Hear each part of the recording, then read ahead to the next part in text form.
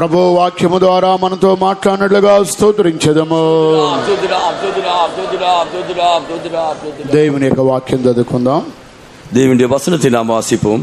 ఫిలిప్పీలకు రాసిన పత్రిక 2వ అధ్యాయము 25 నుండి 30 వరకు చదువుకుందాం. பிலிப்பிலிருக்கிற நிருபம் 2ஆம் அதிகாரம் 25ஆம் வசனத்திலிருந்து வாசிப்போம். మరియు నా సహోదరుడును జతపనివాడును నా తోడి యోధుడును మీ దూతయు నా అవసరమునకు ఉపసంచరుడు వాడునైన ఎపఫ్రాదీతును మీ యొద్దకు పంపుట అగత్యమని అనుకుంటుని. అతడు రోగి ఆయనని మీరు వింటిరి కనుక అతడు మిమ్మల్ని అందరినీ చూడ మిగిలిన ఆపేక్ష గలవాడై విచారపడుచుండెను. నిజముగా అతడు రోగి అయి చావునకు సిద్ధమై ఉండెను గాని దేవుడు అతనిని కనికరించెను. అతని మాత్రమే కాక నాకు దుఃఖము మీద దుఃఖము కలగకుండుటకై నన్నును కనికరించెను. కాబట్టి మీరు అతనిని చూచి మరలా సంతోషించు నిమిత్తమును నాకున్న దుఃఖము తగ్గు నిమిత్తమును అతనిని మరి శీఘ్రముగా పంపితిని. నా ఎడల మీ ఉపచర్యలో ఉన్న కొదువును తీర్చుటకై అతడు తన ప్రాణమునైనను లక్ష్యపెట్టక క్రీస్తు యొక్క పని నిమిత్తము చావునకు సిద్ధమై ఉండెను గనుక పూర్ణానందముతో ప్రభువునందు అతనిని చేర్చుకుని అట్టివారిని ఘనపరచుడి. దేవునికి స్తోత్రం కలుగును గాక. దేవునికి స్తోత్రం ఉండావதாக. ఈ ఉదయకాల సమయంలో మనం చదువుకున్న ఈ భాగములో ఎపఫ్రా అనేటువంటి అపోస్తలుని గురించి వ్రాయబడి ఉన్నది. நாம் இந்த அதிகாலையிலே வாசித்த இந்த வேத பகுதியில் அப்போஸ்தலனாகிய எப்பாப்ரோதீத்துவின் అనుభూతి குறித்து எழுதப்பட்டிருக்கிறது. ఈ ఎపఫ్రాను గురించి గత రోజులలో ఈయనను గురించి వినిన వారు ఎవరైనా ఉంటే చేతులు ఎత్తండి. இந்த எப்பாப்ரோதீத்துவை குறித்து கடந்த நாட்களில் கேள்விப்பட்டவர்கள் நீங்கள் உங்கள் கரங்களை உயர்த்துங்கள். ఎవరైనా ఉన్నారా? ఎపఫ్రా అనేటువంటి అపోస్తలుని గురించి గత దినాలలో వినిన వారు, ఇతని గురించి నేర్చుకున్న వారు ఎవరైనా ఉంటే మరొకసారి చేతులెత్తండి. எப்பாப்பிராவை குறித்து கற்றுக்கொண்டவர்கள், இதற்கு முன்னதாக கற்றுக்கொண்டவர்கள் இன்னொரு முறை உங்கள் கரங்களை உயர்த்துங்கள். సిస్టర్ సైడ్ ఎవరు లేరా? Sister side 0. சகோதரின் பக்கத்தில் யாரும் இல்லை. బ్రదర్ సైడ్ మాత్రం 2 మార్కులు ఉన్నాయి. அந்த பிரதர் சகோதரர்கள் பக்கத்தில் மாத்திரம் 2 మార్కుகள் உண்டு. దేవునికి స్తోత్రం కలుగుగాక. దేవునికి స్తోత్రం ఉండావதாக. ఈ ఎపఫ్రా అనేటువంటి ఈయన ఒక అపోస్తలుడై ఉంటున్నాడు. இந்த எப்பாப்ரா ஒரு அப்போஸ்தலனாய் இருக்கிறார். ఈయన గురించి నేను కూడా ఎన్నో రోజులు ఈయన గురించి బోధించాలని వాంఛించాను, కానీ సమయం అనుమతించలేదు. இவரை குறித்து நானும் எத்தனையோ நாட்களாக போதிக்க வேண்டும் என்று வாஞ்சித்ததுண்டு, என்றாலும் సమయం கிடையாமல் இருந்ததுண்டு. కనుక ఈ ఉదయకాల సమయంలో ఎపఫ్రాను గురించి కొన్ని కార్యాలు మనం నేర్చుకుందాము. இந்த கால வேளையிலே இந்த எப்பாப்ராவை குறித்து சில காரியங்களை நாம் கற்றுக்கொள்வோம். ఈయనకున్నటువంటి విశేషమైనటువంటి టాలెంట్ ఏమిటంటే, இந்த సహోదరునికి இருந்த విశేషமான టాలెంట్ என்னவென்றால், పౌలు అతని గురించి 25లో చెబుతున్నాడు, ఎపఫ్రా నా సహోదరుడు అంటున్నాడు. இங்கே பவுல் அப்போஸ்தலன் 25ஆம் வசனத்தில் சொல்லுகிறார், இந்த எப்பாப்ரா என் சகோதரன் என்று. ఆ తరువాత రెండవది ఎపఫ్రా నా జత పనివాడు అని పౌలు చెబుతున్నాడు. இரண்டாவதாக பரிசுத்த பவுல் என் உடன் வேலையாள் என்று சொல்லுகிறார். మూడవది ఎపఫ్రా నా తోటి యోధుడును అని చెబుతున్నాడు.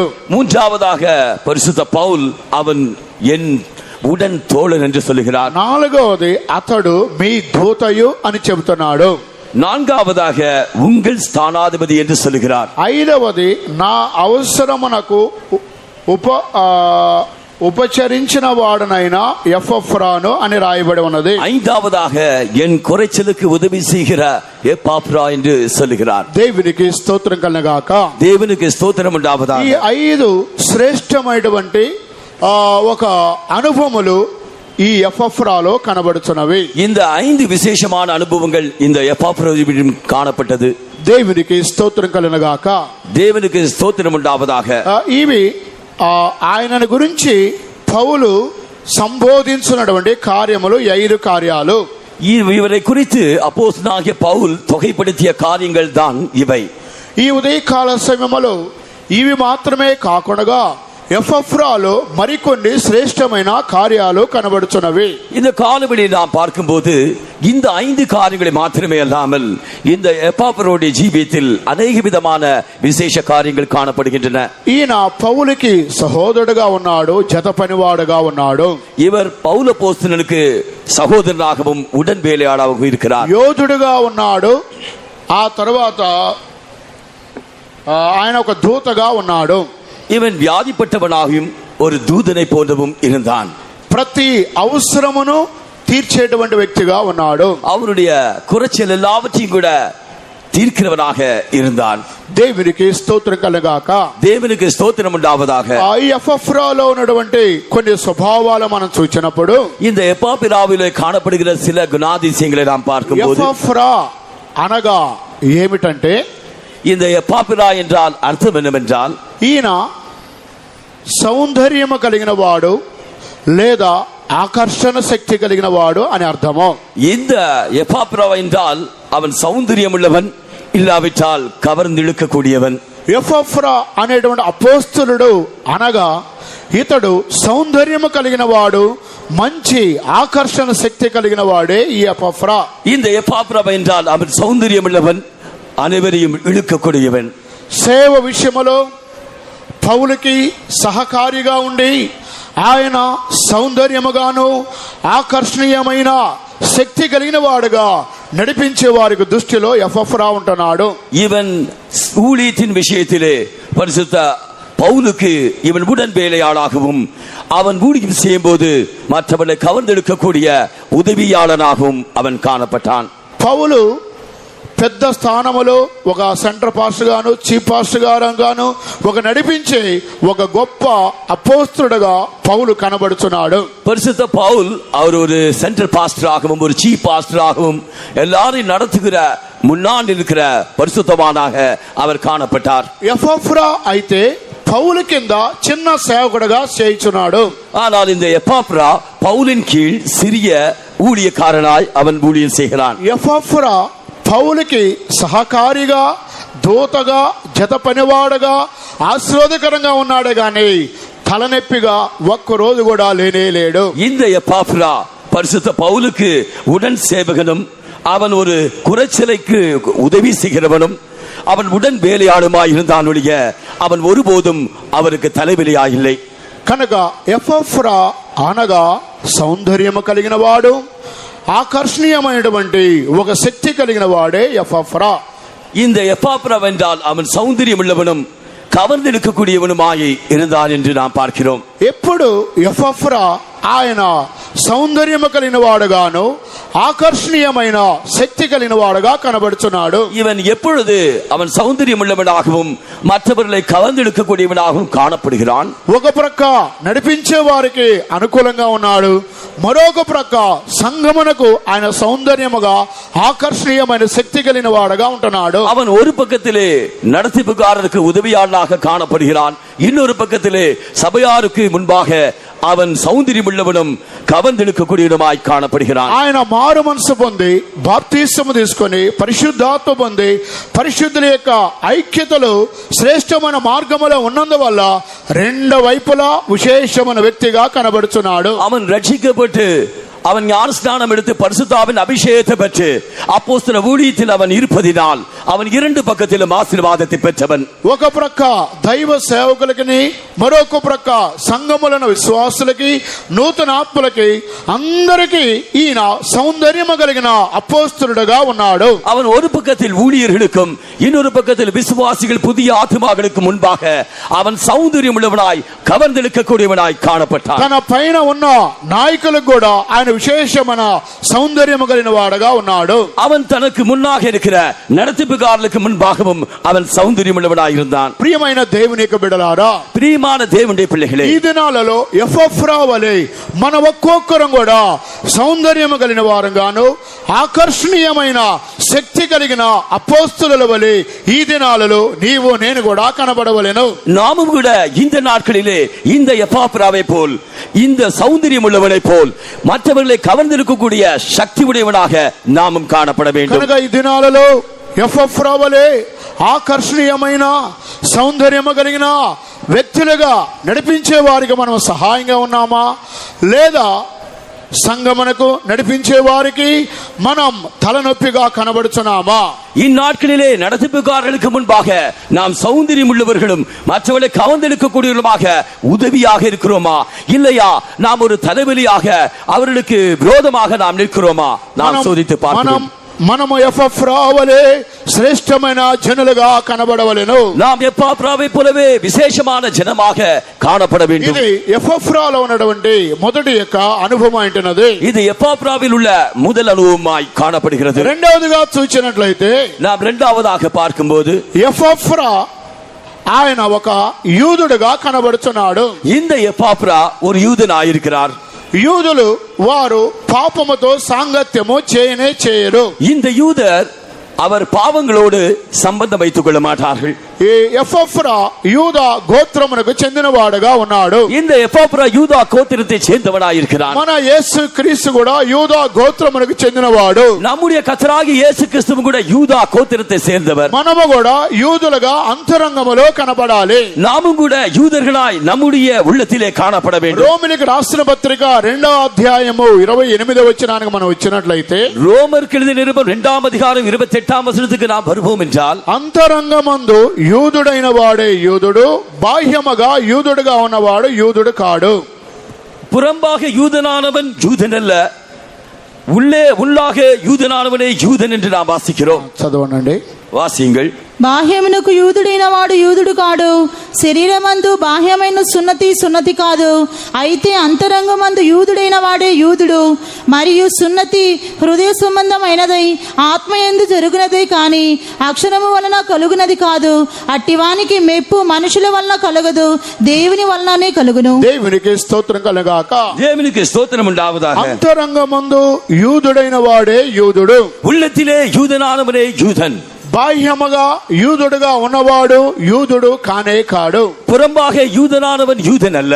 మనం అంతరంగములో యూదులుగా కనబడాలి. நாம் உள்ளத்திலே யூதனாக காணப்பட வேண்டும். యూదుల యొక్క పద్ధతి ఏమిటంటే వారు పాపముతో సాంగత్యము చేయనే చేయరు. யூதர்களுடைய வழக்கம் என்னவென்றால் அவர்கள் பாவத்தோடு ஐக்கியம் வைத்துக் கொள்ள மாட்டார்கள். వారికి కొన్ని ఆచారములు కనబడుచున్నవి. அவர்களுக்கு சில பழக்க வழக்கங்கள் உண்டு. కనుక ఆత్మలో వారు యూదులుగా కనబడుచున్నారు. அவர்கள் ஆவியிலே யூதர்களாய் காணப்படுவார்கள். కనుక సున్నతి ఆత్మ సంబంధమైనదిగా ఉండాలి. அந்த விருத்த சேதனம் அவர்களுக்கு ஆவிக்குரியதாய் காணப்பட வேண்டும். కనుక మనం ఆత్మ సంబంధమైన యూదుల వలె కనబడాలి. நாம் ஆவிக்குரிய யூதர்களைப் போலவே காணப்பட வேண்டும். శరీరానుసారముగా దేవుని ఆలయానికి వచ్చినప్పుడు విశ్వాసులుగా ఉండి ఇంటికి వెళ్ళిన తర్వాత లోకస్తులుగా ఉండకూడదు. சரீர பிரகாரமாக நாம் ஆலயத்திற்கு வந்த பின்பு நாம் திரும்பி செல்லும் போது வீட்டிலே போய் நாம் மாம்சத்துக்குரியவர்களாய் உலகத்தாரை போல காணப்படக்கூடாது. అనేక సార్లు మీకు తెలియపరిచి ఉన్నాను. అనేక காரியங்களை நான் உங்களுக்கு அறிவித்திருக்கிறேன். విజిటింగ్ వెళ్ళినప్పుడు అనేక సంభవాలు బయటపడుతున్నవి. நாங்கள் வெளியே விசிட்டிங் போகும்போது అనేక காரியங்கள் சம்பவங்கள் வெளியரங்கமாகின்றது. ఇంటి ముందు ముగ్గులు వేసేవారు అప్పుడు కనబడుతున్నారు. வீட்டிற்கு முன்பாக கோலம் போடுகிறவர்களும் காணப்படுகிறார்கள். లేదా నగలు పెట్టుకునేవారు అప్పుడు కనబడుతున్నారు. நகை போட்டுக்கொண்டவர்களும் காணப்படுகிறார்கள். ఆ తర్వాత పూలు పెట్టుకునేవారు కనబడుతున్నారు. அதற்கு பின்பாக சாம்பலை போடுகிறவர்கள் காணப்படுகிறார்கள். ఆ తర్వాత టీవీ చూసేవారు కనబడుతున్నారు. அதற்கு பின்னதாக டிவியை பார்த்து கொண்டிருக்கிறவர்கள் காணப்படுகிறார்கள். ఆ తర్వాత మందులు వాడేవారు కనబడుతున్నారు. మెడిసిన్ వాడేవారు, மருந்து உபயோகிக்கிறவர்கள் காணப்படுகிறார்கள். దేవునికి స్తోత్రం కలుగాక. தேவனுக்கு ஸ்தோத்திரம் உண்டாவதாக. ఒక ఇంటికి వెళ్ళినప్పుడు 3 పదాలు రాశారు. அவர்கள் வீட்டிற்கு போய் 3 பதத்தை எழுதினார்கள். ఉదయం, మధ్యాహ్నం, సాయంకాలం. காலை, மத்தியானம், மாலை. ఆ టేబుల్ మీద ఒక డబ్బా ఉన్నది. அந்த டேபிள்ல ஒரு டப்பா இருக்கிறது. ఉదయం, మధ్యాహ్నం, సాయంకాలం అని రాశారు. காலை, மத்தியானம், மாலை என்று எழுதியிருக்கிறார்கள். నాకేం అర్థం కాల ప్రారంభంలో. எனக்கு அதை பார்த்து ஒன்று புரியவில்லை. ఏంటి ఉదయం, మధ్యాహ్నం, సాయంకాలం అని రాశారు? எதற்காக நீங்கள் காலை, மத்தியானம், மாலை என்று எழுதியிருக்கிறீர்கள்? అంటే విజిటింగ్ ఉదయం రావాలని రాశారా, మధ్యాహ్నం రావాలని రాశారా, సాయంకాలం రావాలని రాశారా? இல்லாவிட்டால் எங்களுடைய விசிட்டிங் காலையில் வர வேண்டும், இல்லாவிட்டால் மத்தியானத்தில் வர வேண்டும் என்று, இல்லை என்றால் மாலையில் வர வேண்டும் எழுதியிருக்கிறார்களா என்று கேட்டேன். నాకేం అర్థం కాలేదు. எனக்கு ஒன்றும் புரியவில்லை. ఆ తర్వాత ఇంటి వారిని అడిగాను. அப்பொழுது அந்த வீட்டுக்காரர்களை நான் கேட்டேன். తల్లి గారు ఇదేంటి, అయ్యగారు ఇదేంటి ఇలాగ రాశారని. అమ్మా ఇది ఎన్న అయ్యా ఇది ఎన్న என்று நான் கேட்டேன். మాకు శరీరంలో కొద్దిగా బీపీ షుగర్ అవన్నీ ఉన్నందువల్ల ఉదయకాలం ఒక టాబ్లెట్, మధ్యాహ్నం ఒక టాబ్లెట్, సాయంకాలం ఒక టాబ్లెట్.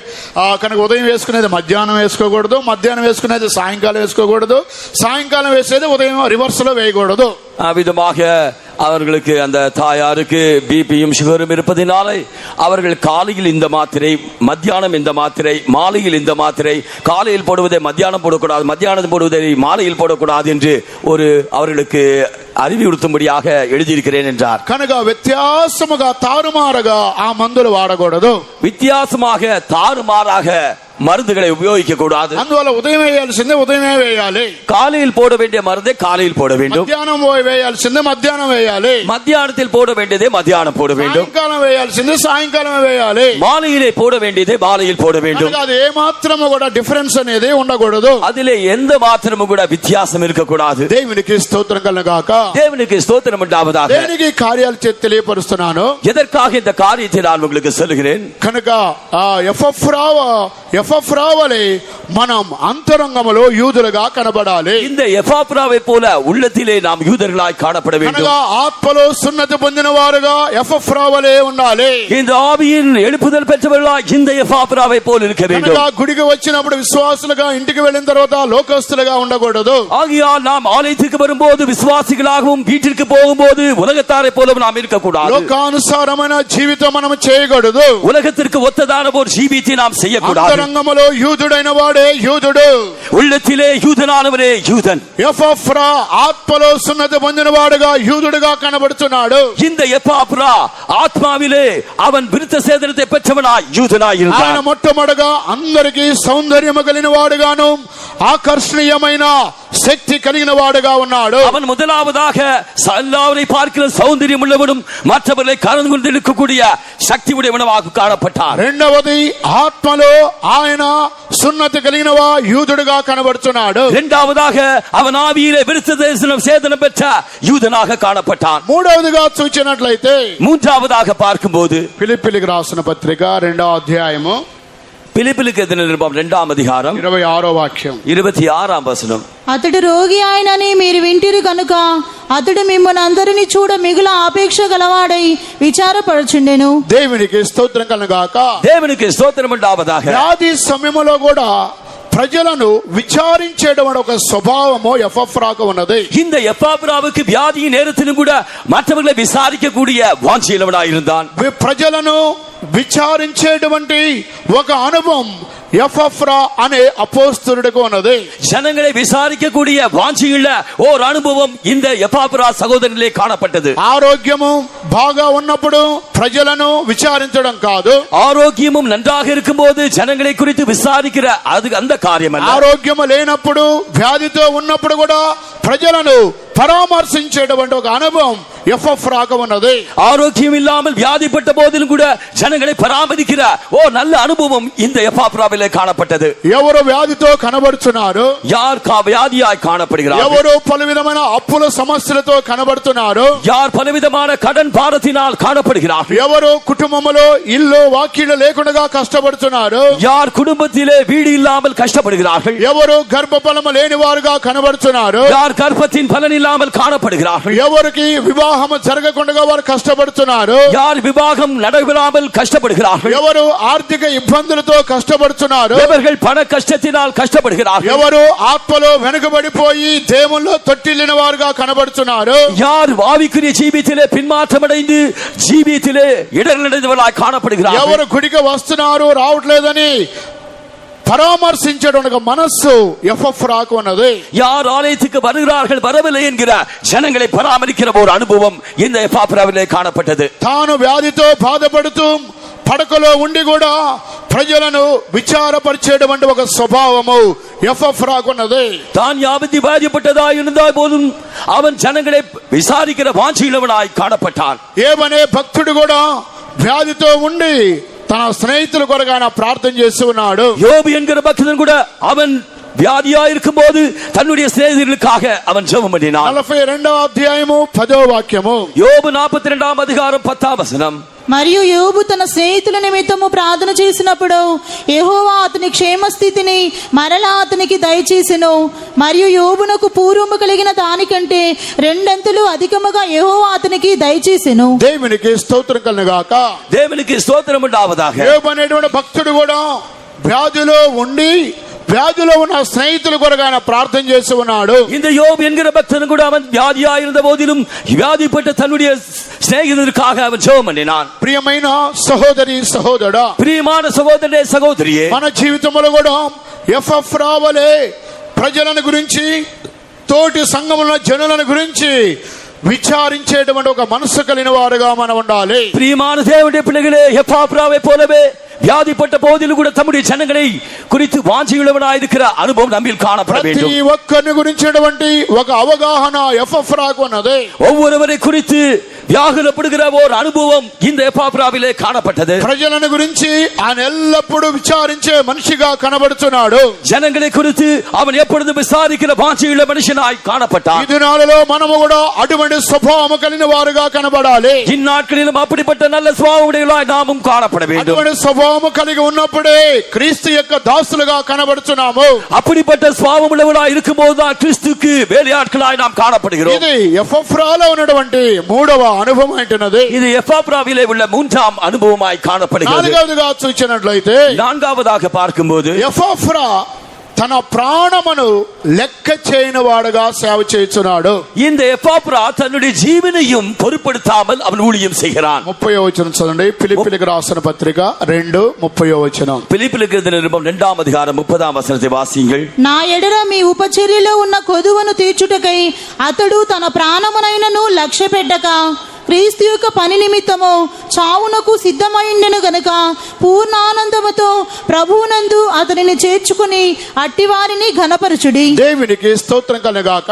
దేవునికి స్తోత్రం ఉండావதாக. పౌలు అతని గురించి ఒక గొప్ప సాక్ష్యాన్ని చెప్పుచున్నాడు. పౌలు அவனை குறித்து ஒரு பெரிய సాక్షి சொல்கிறார். నా ఎడల మీ ఉపచర్యలో ఉన్న కొదువును తీర్చుటకై అతడు తన ప్రాణమునైనను లక్ష్య పెట్టలేదు. நீங்கள் எனக்கு செய்ய வேண்டிய ஊழியத்திலே உங்கள் குறைவை நிறைவாக்கும்படியாக அவன் தன் பிராணனையும் எண்ணாமல் எனக்கு உதவி செய்தான். సేవ విషయములో ప్రాణమును కూడా లెక్క చేయక ప్రాణం పెట్టడానికి ఎఫ్రా సిద్ధముగా ఉన్నాడు. ஊழியத்தின் காரியத்திலே அவன் தன்னுடைய பிராணனையும் எண்ணாமல் அவன் ஊழியத்திற்கு உதவி செய்ய அவன் முன் வந்தான். ప్రియమైన దేవుని బిడ్డలారా, ఎఫ్రా తన ప్రాణమును పెట్టి ఆయన సేవ చేస్తున్నాడు. இந்த எப்பாப்ரா தன் ஜீவனையும் கொடுத்து அவன் ஊழியம் செய்கிறான். నూతన నిబంధన కాలములో యేసు కల్వరిలో సర్వలోకము కొరకు ప్రతి మనుషుడి కొరకు తన ప్రాణమును కల్వరిలో ఆయన ధారపోసి ఉన్నాడు. புதிய ஏற்பாட்டு காலத்திலே கர்த்தராகிய இயேசு கிறிஸ்து அவர் ஒவ்வொரு மனுஷனுக்காகவும் முழு உலகத்திற்காகவும் கல்வாரி சிலுவையிலே அவர் தம்முடைய ஜீவனை வைத்தார். ఆ తర్వాత అనేక అపోస్తలులు 12 మంది వారు ప్రాణమును ధారపోసి ఈ యొక్క సేవను వారు ప్రారంభించి ఉన్నారు. அதற்கு பின்பு 12 அப்போஸ்தலர்கள் கூட தங்கள் ஜீவனை ஊற்றி இந்த ஊழியத்தை செய்தார்கள். ఆ తదుపరి ఎఫ్రా లాంటి అపోస్తలులు భక్తులు వారు కూడా ప్రాణమును లెక్క చేయక ఆయన దేవునికి సేవను చేస్తున్నాడు. அதற்கு பின்னதாக எப்பாப்ராவை போன்ற பரிசுத்தவான்களும் அப்போஸ்தலர்களும் கூட தங்கள் பிராணனையும் எண்ணாமல் இந்த ஊழியத்தை தொடர்ந்து செய்தார்கள். తన ప్రాణమును లెక్క చేయడం లేదు. அவர்கள் தங்களுடைய பிராணனை எண்ணவில்லை. సావునకు సిద్ధముగా ఉంటున్నాడు. அவர்கள் மரணத்திற்கு சமீபமாக இருந்தார்கள். దీని గురించి అపోస్తల కార్యములు 20వ అధ్యాయం 24లో కూడా రాయబడి ఉన్నది. இதை குறித்து அப்போஸ்தலர் நடபடிகள் 20వ அதிகாரம் 24వ వచనத்திலும் எழுதப்பட்டிருக்கிறது. అయితే దేవుని కృపాసువార్తను గూర్చి సాక్ష్యం ఇచ్చుట యందు నా పరుగును నేను ప్రభువైన యేసు వలన పొందిన పరిచర్యను తుదు ముట్టింపవలనని నా ప్రాణమును నాకెంత మాత్రమును ప్రియమైనదిగా ఎంచుకునుట లేదు. అక్కడ కూడా పౌలు దేవుని యొక్క సువార్త పరిచర్య నిమిత్తం నా ప్రాణమును ఎంత మాత్రమో ప్రియమైనదిగా నేను ఎంచుకొనడం లేదు. இங்கேயும் கூட பரிசுத்த பவுல் தேவனுடைய சுவிசேஷத்தை பிரசங்கம் பண்ணும்படிக்கு நான் என் பிராணனையும் அருமையாக எண்ணேன் என்று சொல்கிறார். తన ప్రాణమును ఏ మాత్రము ప్రియమైనదిగా ఆయన ఎంచుకోవడం లేదు. அவர் தன்னுடைய ஜீவனை ஒருபோதும் அருமையாக எண்ணவில்லை. మరొక చోట 2 తిమోతి రాసిన పత్రిక 4వ అధ్యాయం 6లో రాయబడి ఉన్నది, నా ప్రాణమును పానార్పణముగా నేను పోయబడి ఉన్నాను. 2 தீமோத்தேயு 4ஆம் அதிகாரம் 6ஆம் வசனத்திலே நான் இப்பொழுதே என்னுடைய ஜீவனை பானபலியாக ஊற்றுகிறேன் என்கிறார். నేను ఇప్పుడే పానార్పణముగా పోయబడుచున్నాను, నేను వెడలిపోవు కాలము సమీపమై ఉన్నది. నేను ఇప్పుడే పానార్పణముగా పోయబడుచున్నాను, நான் இப்பொழுதே பானபலியாக வார்க்கப்பட்டு போகிறேன். నేను ప్రాణార్పణముగా పోయబడి ఉన్నాను, நான் பானபலியாக ஊற்றப்படுகிறேன். ఈ విధముగా దేవుని యొక్క భక్తులు ప్రాణమును పెట్టి వారి యొక్క పరిచర్య చేయుచున్నారు. இவ்விதமாக தேவனுடைய பக்தர்கள் தங்களுடைய ஜீவனை ஊற்றி இந்த ஊழியத்தை செய்கிறார்கள். ఎపఫ్రా అనగా ప్రాణమును పోయివాడు అని అర్థము. இந்த எப்பாப்ரா என்றால் జీవனை ஊற்றுகிறவன் என்று అర్థం. ఆయన ప్రాణమును పెట్టి దేవుని యొక్క సేవ చేసిన అపోస్తలుడైంటున్నాడు. அவன் தன் ஜீவனை ஊற்றி ஊழியம் செய்த அப்போஸ்தலனாய் காணப்படுகிறார். ఇదే విధముగా యేసుక్రీస్తు వారు కూడా ఈ యొక్క పరిచర్యను గురించి బోధించి ఉన్నాడు. இதை குறித்து கர்த்தராகிய இயேசு கிறிஸ்துவும் கூட அவர் உபதேசித்திருக்கிறார். మార్కు సువార్త 8వ అధ్యాయము 35వ వాక్యం. మార్కు సువిశేషం 8ఆம் அதிகாரம் 35ஆம் வசனம். తన ప్రాణమును రక్షించుకున్న గోరువాడు దాన్ని పోగొట్టుకొనును, నా నిమిత్తమును సువార్త నిమిత్తమును తన ప్రాణమును పోగొట్టుకున్నవాడు దాన్ని రక్షించుకొనును. దేవునికి స్తోత్రం కలుగును గాక. தேவனுக்கு ஸ்தோத்திரம் உண்டாவதாக. తన ప్రాణమును రక్షించుకుని గోరువాడు దానిని పోగొట్టుకొనును. தன் ஜீவனை ரட்சிக்க விரும்புகிறவன் அதை இழந்து போவான். తన ప్రాణమును పోగొట్టుకొనివాడు దానిని కాపాడుకొనును. தன் ஜீவனை இழந்து போகிறவன் அதை காத்துக் கொள்ளுகிறான். మనము ప్రాణమును కాపాడుకోవాలని ఎదురు చూసినట్లయితే నీకు తెలియకుండానే ఒకరోజు ఆ ప్రాణం పోతుంది.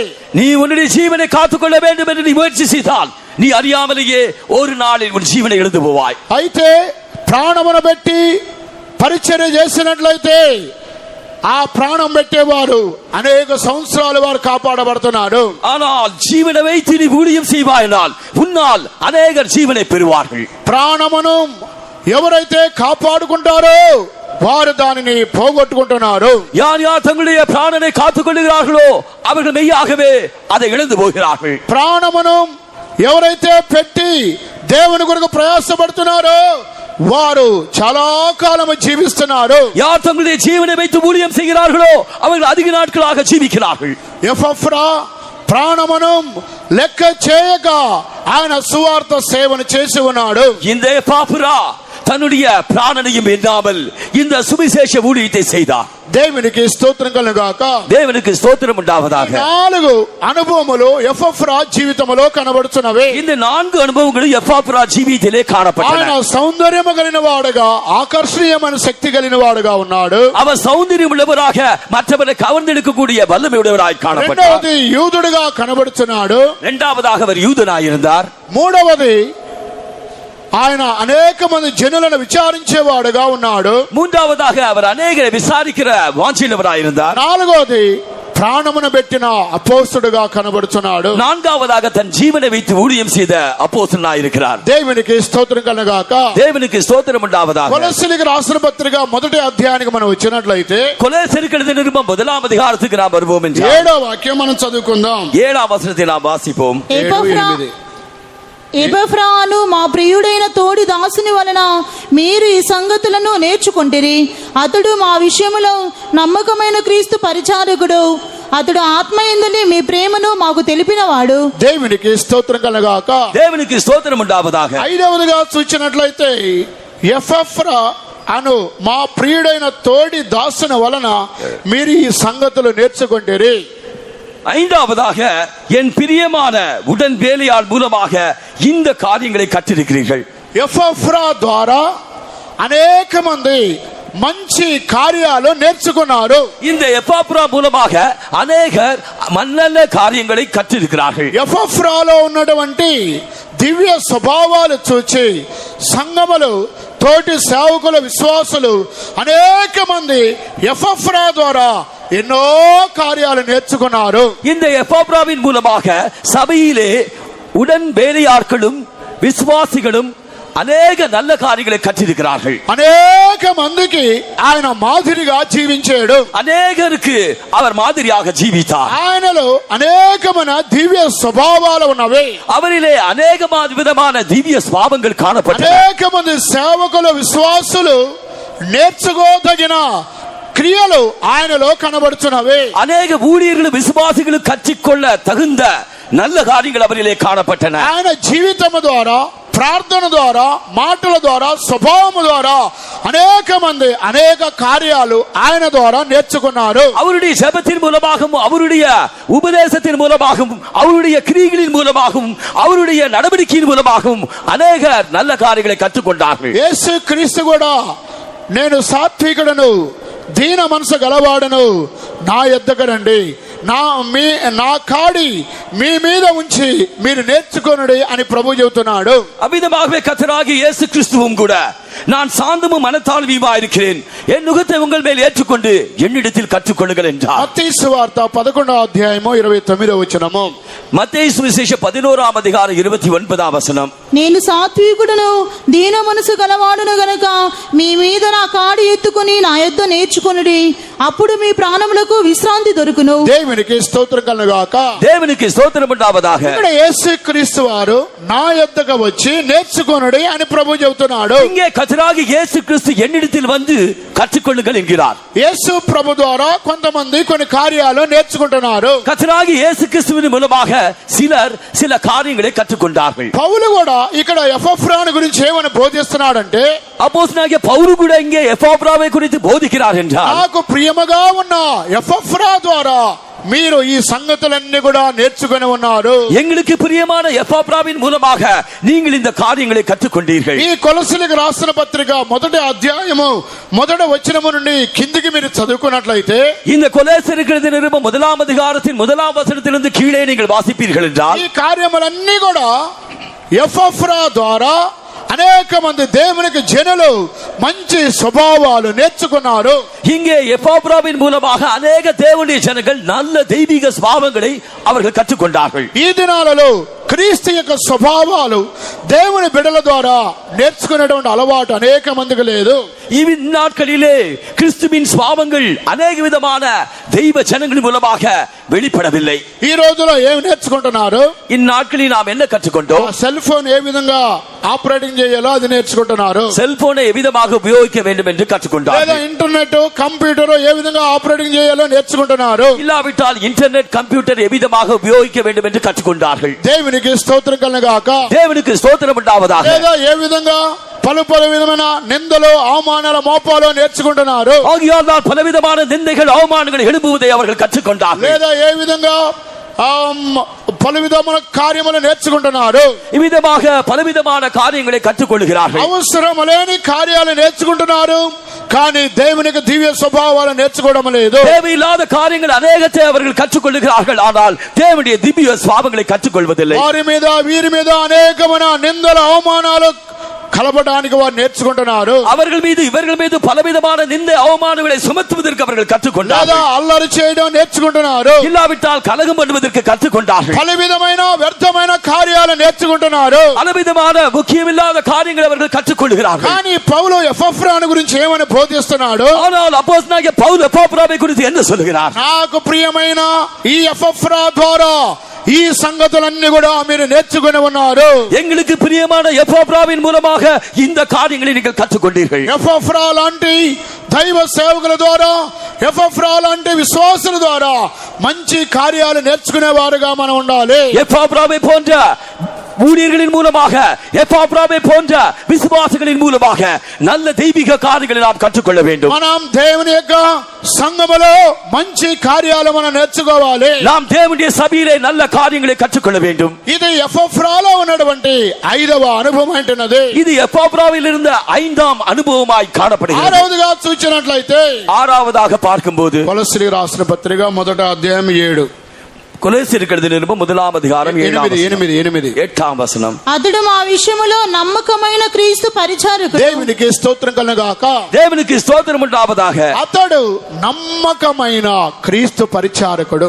அவன் உண்மையான கிறிஸ்துவின் ஊழியக்காரன். సాధారణమైన సేవకుడు కాదు, அவன் ஒரு சாதாரண ஊழியன் அல்ல, నమ్మకమైన పరిచారకుడు, அவன் உண்மையான ஊழியக்காரன், నమ్మకమైన క్రీస్తు పరిచారకుడు, அவன் உண்மையான கிறிஸ்துவின் ஊழியக்காரன், నమ్మకమైన దైవ సేవకుడు, அவன் உண்மையான தேவ ஊழியன். కనుక మనము కూడా నమ్మకమైన దేవుని బిడ్డలుగా ఉండాలి. அவ்விதமாகவே நாமும் கூட உண்மையான தேவனுடைய பிள்ளைகளாய் காணப்பட కనుక வேண்டும். దైవ సేవకులు నమ్మకమైన వారుగా ఉండాలి, విశ్వాసులు కూడా నమ్మకమైన వారుగా ఉండాలి. ஆகையால் தேவனுடைய ஊழியர்கள் உண்மையாய் இருக்க வேண்டும், அவ்விதமாக விசுவாசிகளும் கூட உண்மையாய் இருக்க வேண்டும். కనుక మనము నమ్మకమైన దేవుని జనులుగా కనబడాలి. ஆகையால் நாம் உண்மையான தேவனுடைய ஜனங்களாய் காணப்பட வேண்டும். నమ్మకమైన వానికి దీవెనలు మెండుగా కలుగను. உண்மையுள்ளவன் பரிபூர்ண ஆசீర్వాதங்களை பெறுவான். మోషే దేవుని ఇల్లంతటిలో నమ్మకముగా ఉన్నాడు. மோசே தேவனுடைய வீட்டில் எல்லாவற்றிலும் உண்மையாய் இருந்தான். మనము కూడా నమ్మకమైన దేవుని జనులుగా కనబడాలి. ஆகவே நாமும் கூட தேவனுடைய உண்மையான ஜனங்களாய் காணப்பட வேண்டும். అన్ని విషయములలో మనము నమ్మకస్తులుగా ఉండాలి. நாம் எல்லாவற்றிலும் உண்மையாய் இருக்க வேண்டும். కనుక గుడికి వచ్చే విషయములోనే నమ్మకస్తులుగా లేనట్లయితే, நாம் ஆலயத்திற்கு வருகிற காரியத்திலே தேவனுக்கு முன்பாக உண்மை இல்லாவிட்டால், ప్రతి విషయములో నమ్మకమైన వారుగా ఉండాలి. நாம் ஒவ்வொரு காரியத்திலும் கூட உண்மையாகத்தான் இருக்க வேண்டும். మత్తయి సువార్త 25వ అధ్యాయములో మనుష్య కుమారుడు ఒక వ్యక్తునికి కొన్ని తలాంతులు ఇచ్చి దేశాంతరం పోయాడు. அவ்விதமாக மத்தேயு சுவிசேஷம் 25ஆம் அதிகாரத்திலே ஒரு எஜமான் தன்னுடைய வேலை ஆட்களுக்கு சில தாளந்துகளை கொடுத்து சென்றார். తిరిగి ఆయన వచ్చినప్పుడు లెక్క చూసినప్పుడు ఒక్కరు ఇద్దరు మాత్రమే నమ్మకస్తులుగా ఉన్నారు. அவர் திரும்பி வந்து கணக்கு கேட்கும் போது ஒருவர் இருவர் தான் தேறினார்கள். మరొక వ్యక్తి అయితే అపనమ్మకస్తుడుగా ఉన్నాడు. ஆனால் அந்த மூன்றாவது மனிதனோ அவன் உண்மை இல்லாதவனாயிருந்தான். అపనమ్మకస్తుడు, அவன் உண்மை இல்லாதவன். సోమరి అయిన నమ్మకస్తుడు, அவன் சோம்பேறியான உண்மை இல்லாதவன். లేనట్లయితే పనికి మాలిన దాసుడు. இல்லாவிட்டால் அவன் உபயோகம் இல்லாத ஒரு ஊழியன். ఈ అపనమ్మకస్తుడిని, సోమరి వాడిని, పనికి మాలిన వాడిని కాళ్ళు చేతులు కట్టి వెలుపడి చీకటిలో వేయమని ప్రభు చెప్పాడు. இந்த உண்மை இல்லாதவனை, இந்த பிரயோஜனமற்ற ஊழியக்காரனை, இவனை கையும் காலும் கட்டி அவனை புறம்பான இருளிலே போடுங்கள் என்றார். అపనమ్మకముగా ఉన్నవాడు, నమ్మకము లేనివాడు వెలుపడి చీకటిలో ఉంటున్నాడు. உண்மை இல்லாதவன், உண்மையற்றவன் இவன் புறம்பான இருளிலே காணப்படுவான். నమ్మకముగా లేనివాడు సోమరి వాడని రాయబడి ఉన్నది. உண்மை இல்லாதவன் அவன் சோம்பேறி என்று எழுதப்பட்டிருக்கிறது. నమ్మకము లేనివాడు పనికి మాలిన చెడ్డ దాసుడని రాయబడి ఉన్నది. உண்மை இல்லாதவன் பிரயோஜனமற்ற ஊழியக்காரன் என்று எழுதப்பட்டிருக்கிறது. ప్రియమైన దేవునికి జనులారా, பிரியமான தேவனுடைய ஜனங்களே, ఈ దినాలలో మనం నమ్మకముగా ఉన్నామా, నమ్మకముగా మనము లేమా? இந்நாட்களிலே நாம் உண்மையாக இருக்கிறோமா இல்லையா? ఎపఫ్రా నమ్మకమైన క్రీస్తు పరిచారకుడు. இந்த எப்பாப்ரா உண்மையான கிறிஸ்துவின் ஊழியக்காரன். నమ్మకమైన క్రీస్తు దాసుడని రాయబడి ఉన్నది. அவன் உண்மையான கிறிஸ்துவின் வேலையான் என்று எழுதப்பட்டிருக்கிறது. కనుక మనము కూడా నమ్మకమైన దేవునికి జనులుగా కనబడాలి. ஆகையால் நாமும் கூட உண்மையான தேவ ஜனங்களாய் தான் காணப்பட வேண்டும். నమ్మకమైన పరిశుద్ధులుగా భక్తి కలిగిన వారుగా కనబడాలి. நாம் மெய்யான பக்தியுள்ள பரிசுத்தவான்களாய் காணப்பட வேண்டும். ఎపఫ్రా నమ్మకమైన క్రీస్తు పరిచారకుడు అంటున్నాడు. இந்த எப்பாப்ரா உண்மையான கிறிஸ்துவுடைய ஊழியக்காரனாய் காணப்படுகிறான். ఎపఫ్రా వలె ఈ ఉదయకాల సమయంలో మనలో ఎంతమంది కనబడుతున్నారు? இந்த எப்பாப்ராவை போல நம்மில் எத்தனை பேர் காணப்படுகிறீர்கள்? నామకార్థ క్రైస్తవుల వలె గుడికి వెళ్ళడం మాత్రమే కాకుండా నమ్మకమైన వారు మనలో ఎంతమంది కనబడుతున్నారు?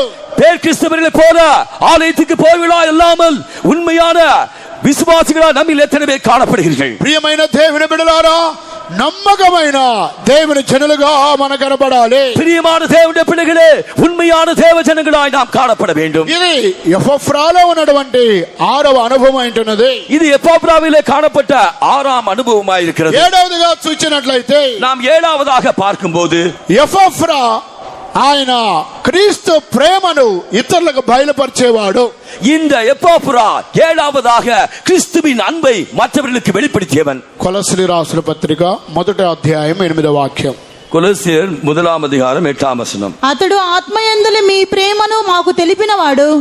ఆత్మయందలి మీ ప్రేమను మాకు తెలిపినవాడు. அவன் ஆவிக்குள்ளான உங்கள் அன்பை எங்களுக்கு தெரியப்படுத்தினவன். ఆత్మ ద్వారా ప్రేమను తెలియపరిచేవాడు. அவன் ஆவிக்குள்ளான அன்பை வெளிப்படுத்தினவன்.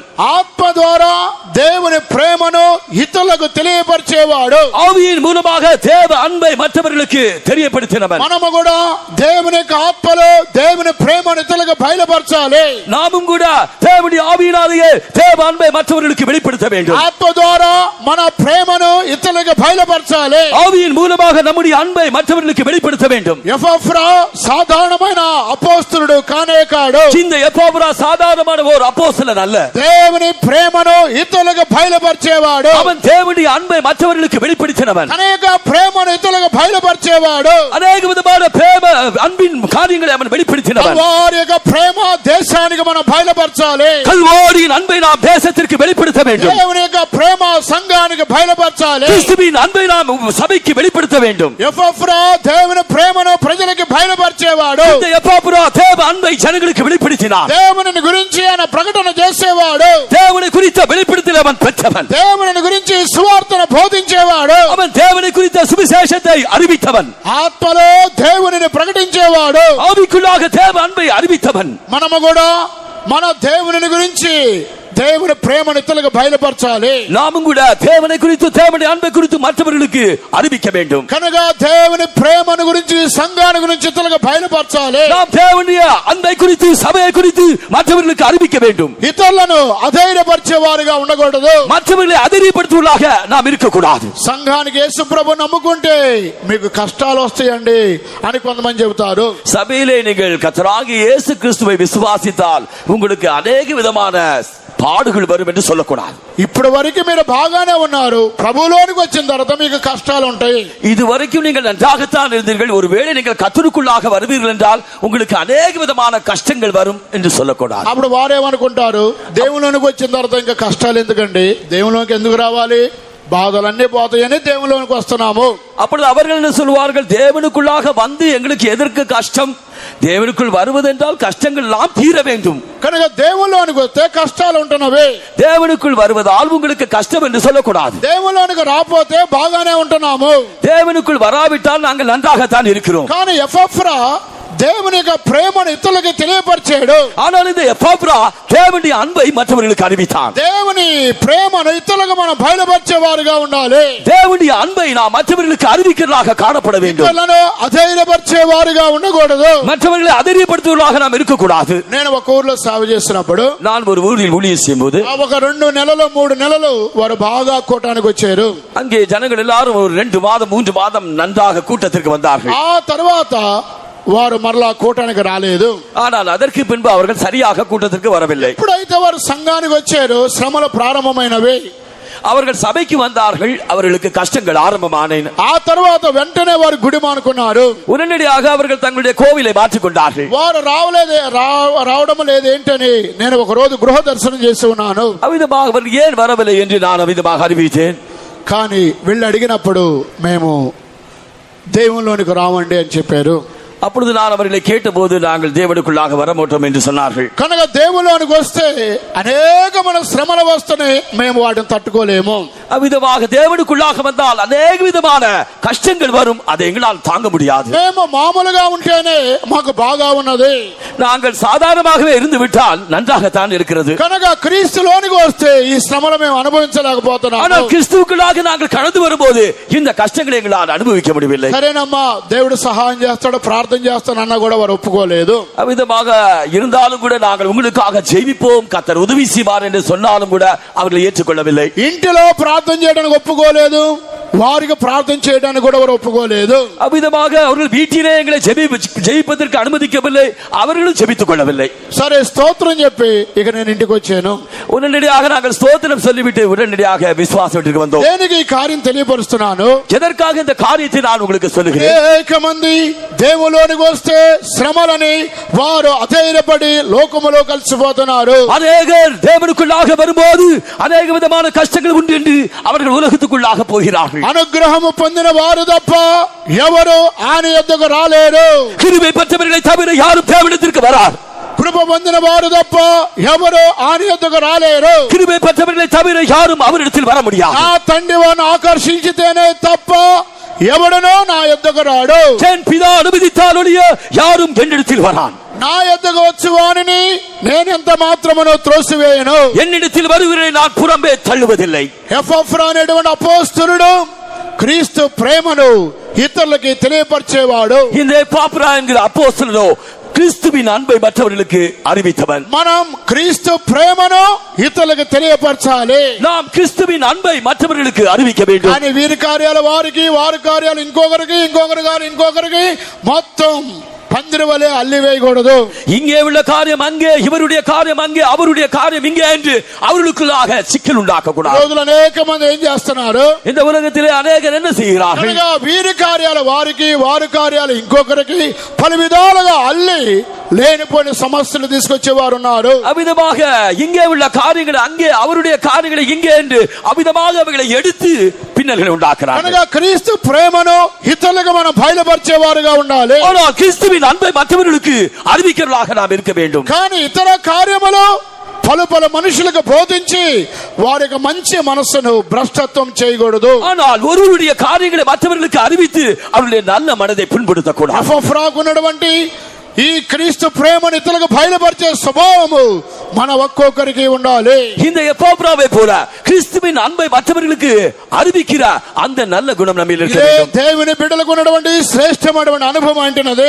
இது தேவனுடைய பிள்ளைகளுக்கு இருக்க வேண்டிய ஒரு விசேஷமான அனுபவமா இருக்கிறது. క్రీస్తుని గురించి వారికి మనం మంచి మాటలు చెప్పాలి. கிறிஸ்துவை குறித்து நல்ல வார்த்தைகள் அவர்களுக்கு சொல்ல வேண்டும். దేవుని ప్రేమ వారికి మనం బోధించాలి. தேவனுடைய அன்பை அவர்களுக்கு போதிக்க வேண்டும். దేవుని యొక్క శ్రేష్టతను బయలుపరచాలి. தேவனுடைய விசேஷத்துவத்தை அவர்களுக்கு அறிவிக்க வேண்டும். మన దేవుడు సర్వశక్తి గల దేవుడు అంటున్నాడు. நம்முடைய தேவன் சர்வவல்ல தேவனாய் మన இருக்கிறார். దేవుడు ప్రేమ గల దేవుడు అంటున్నాడు. நம்முடைய தேவன் அன்புள்ள தேவனாய் இருக்கிறார். మన దేవుడు పరిశుద్ధుడైన దేవుడు అంటున్నాడు. நம்முடைய தேவன் பரிசுத்த தேவனாய் இருக்கிறார். మన దేవుడు మహిమ కలిగిన దేవుడు అంటున్నాడు. நம்முடைய தேவன் மகிமையுள்ள தேவனாய் இருக்கிறார். మన దేవుడు రాజాది రాజా అంటున్నాడు. நம்முடைய தேவன் ராஜாதி ராஜாவாய் இருக்கிறார். ఆయన సియోను రాజా అంటున్నాడు. அவர் சீயோனின் ராஜாவாய் இருக்கிறார். ఆ మహిమ కలిగిన దేవుణ్ణి మనం ప్రజలకు ప్రచురపరచాలి. அந்த மகிமையுள்ள தேவனை ஜனங்களுக்கு வெளிப்படுத்த வேண்டும். ఎపఫ్రా ఆ దేవుని ప్రేమను ఇతరులకి ప్రకటన చేస్తూ ఉన్నాడు. இந்த எப்பாப்ரா அந்த தேவனுடைய அன்பை ஜனங்களுக்கு தெரிவித்தான். నీవు నేను కూడా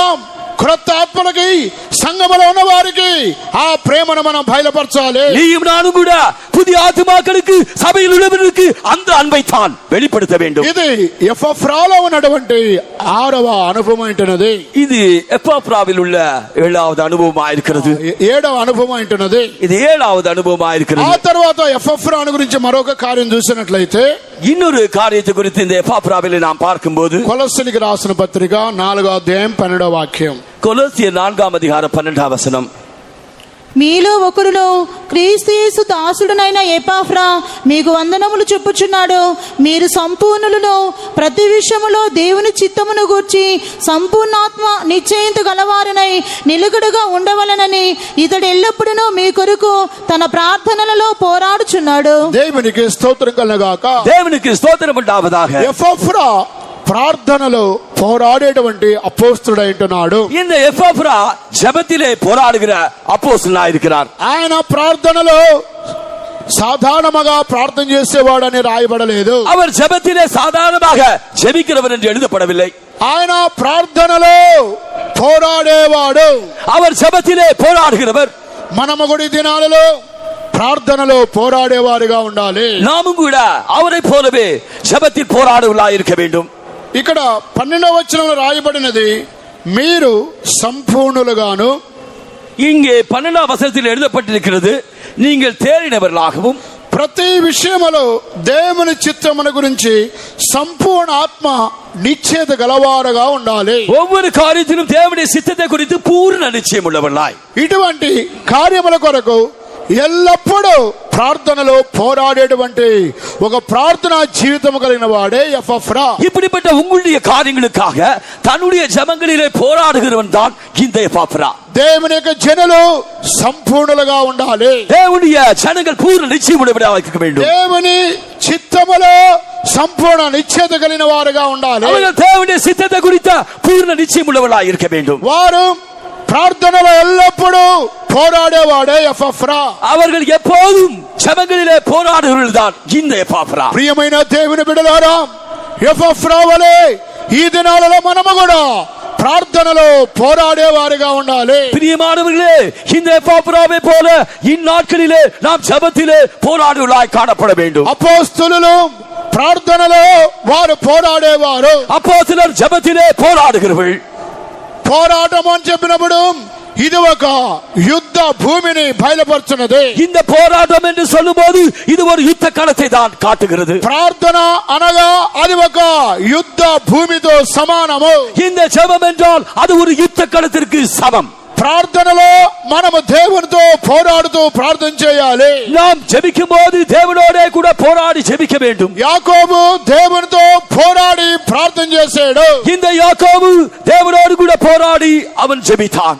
నీవు నన్ను ఆశీర్వదించితేనే తప్ప నేను నిన్ను విడువను అని ప్రార్థన చేశాడు. நீர் என்னை ஆசீர்வதித்தாலொழிய நான் உம்மை விடேன் என்றான். ఒక ప్రక్క దేవునితో పోరాడాలి, ஒரு பக்கத்திலே நாம் தேவனோடு போராட வேண்டும். మరొక ప్రక్క సాతానుతో పోరాడాలి. ஒரு பக்கத்திலே சாத்தானோடு நாம் போராட வேண்டும். ప్రార్థన అనగా పోరాడి ప్రార్థన చేయాలి. இந்த ஜெபம் என்றால் போராடி ஜெபிப்பதுதான். ఎపఫ్రా ప్రార్థనలో పోరాడేవారు.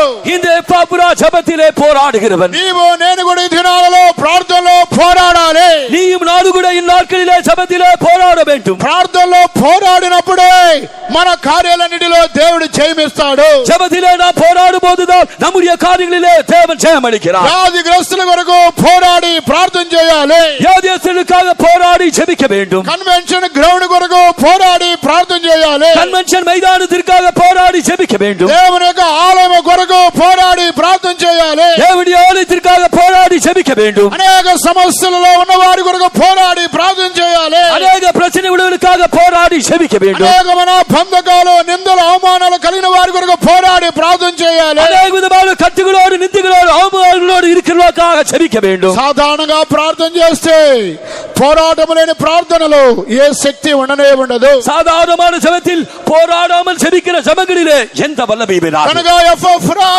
ఆయన పోరాడి ప్రార్థన చేస్తున్నాడు. ஆகையால் தான் இந்த எப்பாப்ரா போராடி ஜெபிக்கிறான். మనము కూడా పోరాడి ప్రార్థన చేసేవారుగా ఉండాలి. நாமும் கூட போராடி ஜெபிக்கிறவர்களாக காணப்பட வேண்டும். పౌలు రోమా సంఘములో సేవ చేసేటప్పుడు இந்த பவுல அப்போஸ்தலன் ரோம சபையிலே ஊழியம் செய்யும் போது ఆయన ప్రార్థనలో పోరాడి ప్రార్థన చేసేవారు కొంతమంది ఆయనకు సహాయపడ్డారు. அங்கே ஜெபத்திலே போராடி ஜெபிக்கிற சிலர் அவருக்கு உதவியாயிருந்தார்கள். ఆయన చెబుతున్నాడు, నాతో ప్రార్థనలో మీరు పోరాడువారు. நீங்கள் என்னோடு கூட ஜெபத்திலே போராடியவர்கள். రోమిలికి రాసిన పత్రిక 15వ అధ్యాయము 30 నుండి కొన్ని వచనాలు చదువుకుందాం. ரோமருக்கு எழுதிய நிருபம் 15ஆம் அதிகாரம் 32ஆம் வசனத்தை வாசிப்போம். 30 నుండి 30ஆம் வசனத்திலிருந்து வாசிப்போம். సహోదరులారా, నేను యూదయాలోనున్న అవిధేయుల చేతులలో నుండి తప్పింపబడి యెరూషలేములో చేయవలసి ఉన్న ఈ పరిచర్య పరిశుద్ధులకు ప్రీతికరమగునట్లును నేను దేవుని చిత్తము వలన సంతోషముతో మీ ఎద్దుకు వచ్చి మీతో కలిసి విశ్రాంతి పొందునట్లును మీరు నా కొరకు దేవునికి చేయు ప్రార్థనల యందు నాతో కలిసి పోరాడవలనని మన ప్రభువైన యేసుక్రీస్తును బట్టి ఆత్మ వలని ప్రేమను బట్టి మిమ్మల్ని బతిమాలుకొనుచున్నాను. సమాధానకర్తయగు దేవుడు మీకందరికీ తోడైండును గాక. ఆమేన్. దేవునికి స్తోత్రం కలుగాక. தேவனுக்கு ஸ்தோத்திரம் உண்டாவதாக. పౌలు రోమా పట్టణములో సేవ చేసినప్పుడు పలు సమస్యల గుండా ఆయన వెళ్లి ఉన్నాడు. பரிசுத்த பவுல் ரோமாபுரியில் அவர் ஊழியம் செய்யும் போது பலவிதமான பிரச்சனைகளுக்குள்ளாக கடந்து சென்றார். నేను యూదులోనున్న అవిధేయుల చేతిలో నుండి నేను తప్పింపబడాలి. நான் யூதாவில் இருக்கிற அவிசுவாசிகளுடைய கரங்களுக்கு தப்பு வைக்கப்பட வேண்டும். యూదయాలో ఉన్న అవిధేయత మనుషుల్లో నుండి నేను తప్పింపబడాలంటే మీరు నా కొరకు పోరాడి ప్రార్థన చేయాలి. யூதாவில் இருக்கிற அவிசுவாசிகளிடத்திலிருந்து நான் தப்பு வைக்கப்பட வேண்டும் என்றால் நீங்கள் எனக்காக தேவனை நோக்கி போராடி ஜெபிக்க வேண்டும். యెరూషలేములో చేయవలసిన పరిశుద్ధులకి ప్రీతికరమైన సేవ చేయాలంటే మీరు నా కొరకు పోరాడి ప్రార్థన చేయాలి. நான் எருசலேமில் உள்ள பரிசுத்தவான்களுக்கு செய்ய போகிற தர்ம சகாயத்திலே அது அங்கீகரிக்கப்படும்படியாக எனக்காக போராடி ஜெபிக்க வேண்டும். నేను దేవుని చిత్తము వలన సంతోషముతో మీ యొద్దకు వచ్చి విశ్రాంతి పొందాలంటే మీరు నా కొరకు పోరాడి ప్రార్థన చేయాలి.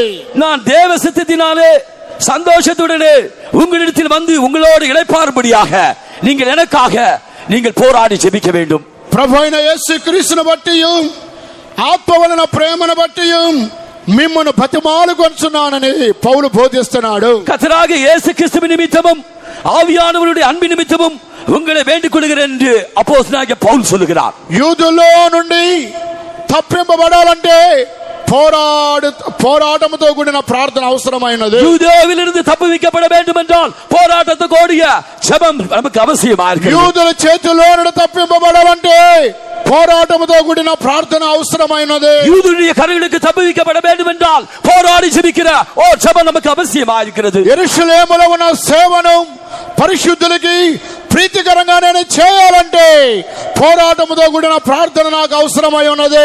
యెరూషలేములో ஊழியத்தை பரிசுத்தவான்களுக்கு ஏற்ற விதமாக செய்யும்படியாக ஒரு போராடி ஜெபிக்கிற ஜெபம் அவசியமா இருக்கிறது. దేవుని చిత్తము వలన సంతోషముతో మీ యొద్ద నేను విశ్రాంతి పొందాలంటే పోరాటంతో కూడిన ప్రార్థన అవసరమై ఉన్నది. தேவ சித்தத்தினாலே சந்தோஷத்துடனே உங்களுடனே கூட இளைப்பாற வேண்டும் என்றால் போராடி ஜெபிக்கிற ஒரு ஜெபம் அவசியமா இருக்கிறது. ప్రభు అయిన యేసుక్రీస్తును బట్టి ఆత్మయందలి దేవుని ప్రేమను బట్టి మిమ్మల్ని బతిమాలు కొంచున్నాను. கர்த்தராகிய இயேசு கிறிஸ்துவின் நிமித்தமும் ஆவியானவருடைய அன்பின் நிமித்தமும் உங்களை நான் வேண்டிக் கொள்கிறேன். ఈ దినాలలో మనకు కూడా పోరాటముతో కూడిన పోరాడి ప్రార్థన చేసే ఒక అనుభవం మనకు అవసరమైనది. இந்நாட்களில் கூட போராடி ஜெபிக்கிற ஒரு போராட்டத்தோடு கூடிய ஜெபம் நமக்கு அவசியமா இருக்கிறது. పౌలు దుష్టులైన యూదుల చేతిలో నుండి తప్పింపబడిన విధముగా இந்த பவுல் துஷ்டராகிய யூதருடைய கரத்திலிருந்து தப்புவிக்கப்பட்ட விதமாக మనము కూడా సాతాను శక్తుల నుండి లోక మనుషుల చేతిలో తప్పింపబడాలంటే పోరాడి ప్రార్థన చేసే ఆత్మ మనకు అవసరమైనది. நாம் பிசாசின் வல்லமையிலிருந்து தப்புவிக்கப்படும்படியாக நமக்கு விரோதமான வல்லமையிலிருந்து தப்புவிக்கப்படும்படியாக நமக்கு ஒரு போராடி ஜெபிக்கிற அனுபவம் தேவை. యెరూషలేములో మా పరిచర్య ప్రీతికరంగా ఉండాలంటే పోరాడి ప్రార్థన చేసే ఆత్మ అవసరమని రాయబడినది. యెరూషలేములో ఎందు ஊழியம் பரிசுத்தவான்களுக்கு அங்கீகரிக்கப்படும்படியாக போராடி ஜெபிக்கிற ஜெபம் அவசியம். విశాఖపట్నంలో దేవుని యొక్క సేవ పరిశుద్ధులకి ప్రీతికరంగా ఉండాలంటే విశాఖపట్నంలో దేవుని బిడ్డలందరూ పోరాడి ప్రార్థన చేయాలి. விசாகப்பட்டினத்தில் உள்ள ஊழியம் பரிசுத்தவான்கள் அங்கீகரிக்கும்படியாக இருக்க வேண்டும் என்றால் விசுவாசிகள் போராடி ஜெபிக்கிற ஒரு ஜெபம் அவசியமா இருக்கிறது. పోరాడి ప్రార్థన చేసే ఆత్మ లేనట్లయితే ఈ సేవ పరిశుద్ధులకి ప్రీతికరంగా ఉండలేదు. போராடி ஜெபிக்கிற போராட்டத்தோடு கூடிய ஒரு ஜெபம் நமக்கு இல்லை என்றால் இந்த ஊழியம் பரிசுத்தவான்கள் அங்கீகரிக்க ஏற்றதாயிராது. మన యొక్క సేవ పరిశుద్ధులకి ప్రీతికరంగా ఉండాలంటే పోరాడి ప్రార్థన చేసే అనుభవం ఒక్కొక్కరికి ఉండవలెను. நம்முடைய ஊழியம் பரிசுத்தவான்களுக்கு ஏற்றதா இருக்க வேண்டும் என்றால் நாம் ஒவ்வொருவருக்கும் போராடி ஜெபிக்கிற ஒரு ஜெபம் அவசியமா இருக்கிறது. దేవుని యొక్క చిత్తమును సంతోషముతో మనం చేయాలంటే పోరాడి ప్రార్థన చేసే ఆత్మ మనకు అవసరమై ఉన్నది. தேவனுடைய சித்தத்தை சந்தோஷத்தோடு செய்யக்கூடிய வேண்டும் என்றால் நமக்கு போராடி ஜெபிக்கிற ஒரு ஜெபம் அவசியமா இருக்கு. దేవుని యొక్క ఆలయం పనులు త్వరగా ముగింపబడాలంటే పోరాడి ప్రార్థన చేసే ఒక ప్రార్థనాత్మ కావాలి. இல்லை என்றால் தேவனுடைய கட்டிடத்தின் வேலை சீக்கிரமாக முடிய வேண்டும் என்றால் போராடி ஜெபிக்கிற ஜெபம் நமக்கு அவசியமா இருக்கு. కన్వెన్షన్ గ్రౌండ్ ను ఇంకను అనేక ఎకరాలు మనం కొనాలంటే పోరాడి ప్రార్థన చేసే ఒక ఆత్మ మనకు కావాలి. கன்வென்ஷன் மைதானத்தில் சூழ இருக்கிற நிலங்களை நாம் இன்னும் வாங்க வேண்டும் என்றால் போராடி ஜெபிக்கிற ஒரு ஜெப அனுபவம் நமக்கு அவசியமா இருக்கு. పోరాడి ప్రార్థన చేసేటువంటి ఆత్మ లేనట్లయితే దేవుని యొక్క సేవలో మనం ముందుకు సాగలేము. போராடி ஜெபித்து பாருங்கள், தேவனுடைய ஆவி நம்மில் இல்லை என்றால் நாம் ஆவிக்குரிய ஜீவியத்தில் முன்போட்டு போக முடியாது. ఎఫ్రాలో ఈ 8వ స్వభావం కనబడుతున్నది. இந்த எப்பாப்ராவிலே 8வது இந்த நல்ல சுபாவம் காணப்பட்டது. 9వదిగా మనం చూసినట్లయితే 9வது நாம் பார்க்கும்போது కొలస్సీలకు రాసిన పత్రిక 4వ అధ్యాయం 12వ వాక్యం. கொலோசியர் 4వ அதிகாரம் 12వ వచనం. మీలో ఒకడును క్రీస్తు యేసు దాసుడనైన ఎపఫ్రా మీకు వందనములు చెప్పుచున్నాడు. మీరు సంపూర్ణులను ప్రతి విషయములో దేవుని చిత్తమును గూర్చి సంపూర్ణాత్మ నిశ్చయిత గలవారునై నిలకడగా ఉండవలనని ఇతడు ఎల్లప్పుడూ మీ కొరకు తన ప్రార్థనలో పోరాడుచున్నాడు. 13 ఇతడు మీ కొరకును లవోదోకియ వారి కొరకును హియోరాపోలి వారి కొరకును బహు ప్రయాసపడుచున్నాడని ఇతనిని గూర్చి సాక్ష్యం ఇచ్చుచున్నాను. దేవునికి స్తోత్రం కలుగాక. தேவனுக்கு ஸ்தோத்திரம் உண்டாவதாக. 9వది ఎపఫ్రా పలు విధములుగా ఆయన ప్రయాసపడేటువంటి స్వభావం ఆయనకున్నది. இங்கே 9வதாக இந்த எப்பாப்ரா பல விதங்களிலே அவன் பிரயாசப்படுகிறவனாய் காணப்படுகிறான். కొలసి సంఘములో ఉన్న వారి కొరకు ప్రయాసపడుతున్నాడు. அவன் கொலோசியர் சபையில் உள்ளவர்களுக்காக பிரயாசப்படுகிறான். లవోదియ వారి కొరకు ప్రయాసపడుతున్నాడు. அவன் லவோதிக்கேயருக்காக பிரயாசப்படுகிறான். హియోరా పోలి వారి కొరకు ఆయన ప్రయాసపడుతున్నాడు. அவன் எரோபோலியருக்காக பிரயாசப்படுகிறான். ఈ మూడు దేశాలలో సంఘాలన జనుల కొరకు పౌలు ఎంతగానో ఎపఫ్రా ప్రయాసపడుతున్నాడు. இந்த 3 ஸ்தலங்களில் உள்ள தேவ ஜனங்களுக்காக அவன் எவ்வளவோ பிரயாசப்படுகிறான். ఆయన ప్రయాసపడేటువంటి మనస్సు ఎపఫ్రాకున్నది. அவ்விதமாக பிரயாசப்படக்கூடிய இருதயம் அவனுக்குள்ளே இருந்தது. శ్రమపడే మనస్సు, కష్టపడే మనస్సు ఎపఫ్రాకున్నది. பாடுபடுகிற சிந்தை, కష్టపడుகிற சிந்தை இந்த எப்பாப்ராவிலே காணப்பட்டது. ప్రియమైన దేవుని బిడ్డలారా, ఈ దినాలలో మన ఒక్కొక్కరికి ప్రయాసపడే మనసు ఉండాలి. அவ்விதமாகவே இந்நாட்களிலே தேவனுடைய ஜனங்களாகிய நாம் ஒவ்வொருவருக்கும் பிரயாசப்படுகிற அந்த சிந்தை இருக்க வேண்டும். కుటుంబం కొరకు ప్రయాసపడటం కాదు, குடும்பத்திற்காக பிரயாசப்படுவது அல்ல, ఉద్యోగం కొరకు ప్రయాసపడటం కాదు, விருந்தினர்களுக்காக பிரயாசப்படுவது పిల్లల அல்ல, కొరకు ప్రయాసపడటం కాదు, நண்பர்களுக்காக பிரயாசப்படுகிறது அல்ல, ఉద్యోగం కొరకు ప్రయాసపడటం కాదు, இல்லாவிட்டால் வேலைக்காக பிரயாசப்படுவது அல்ல, వ్యాపారం కొరకు ప్రయాసపడటం కాదు, மற்றவர்களுக்காக பிரயாசப்படுவது அல்ல. కానీ దేవుని కొరకు ఎంతగా ప్రయాసపడుతున్నాం. நாம் தேவனுக்காக எவ்வளவாய் பிரயாசப்படுகிறோம், ప్రభు కొరకు ఎంతగా మనం ప్రయాసపడుతున్నాం. தேவனுடைய ஜனங்களுக்காக எவ்வளவாய் பிரயாசப்படுகிறோம், సంఘం కొరకు ఎంతగా ప్రయాసపడుతున్నాం. சபைக்காக எவ்வளவாக நாம் பிரயாசப்படுகிறோம், దేవుని సేవ కొరకు ఎంతగా ప్రయాసపడుతున్నాం. தேவனுடைய ஊழியத்திற்காக எவ்வளவாய் பிரயாசப்படுகிறோம். పౌలు ఎపఫ్రా గురించి ఆయన బోధిస్తున్నాడు. இப்பொழுது பவுல் எப்பாப்ராவை குறித்து போதிக்கிறான். ఎపఫ్రా కొలసి సంఘం కొరకు ప్రయాసపడుతున్నాడు. இந்த எப்பாப்ரா கொலோசே சபையிலே பிரயாசப்பட்டான். లవోదియ సంఘం కొరకు ప్రయాసపడుతున్నాడు. லவோதிக்கியா சபைக்காக பிரயாசப்படுகிறான். హియోరా పోలియ సంఘం కొరకు ప్రయాసపడుతున్నాడు. எரோபோலிய சபைக்காக பிரயாசப்படுகிறான். మనము కూడా మన సంఘం కొరకు ఎంతగానో ప్రయాసపడాలి. நாமும் கூட நம்முடைய சபைக்காக நாம் எவ்வளவோ பிரயாசப்பட మన வேண்டும். సంఘం కొరకే మనం ప్రయాసపడకపోతే நம்முடைய சபைக்காக நாம் ஒருவேளை మరి பிரயாசப்படாவிட்டால் ఎవరు సంఘం కొరకు ప్రయాసపడతారు? யார் சபைக்காக பிரயாசப்படுவார்? కొంతమంది ఇంటిలో దమ్మిడి పని చేయరు, சிலர் வீட்டிலே சரியாக வேலை செய்ய மாட்டார்கள், ఒక్క నయా పైసా పని చేయరు. ஒரு நயா பைசா வேலை செய்ய కానీ மாட்டார்கள். బంధువుల ఇంటికి పోయి ఎవడన్నా చనిపోతే ఆడికి మాత్రం బాగా సేవ చేస్తారు. ஆனால் அவருடைய சொந்தக்காரருடைய வீட்டிற்கு போய் அங்கே யாராவது மரித்து விட்டால் அவர்களுக்காக அதிகமாக ஊழியம் செய்வார்கள். ఇంటిలో మాత్రం ఇక్కడున్న చీపురు అక్కడ పెట్టరు.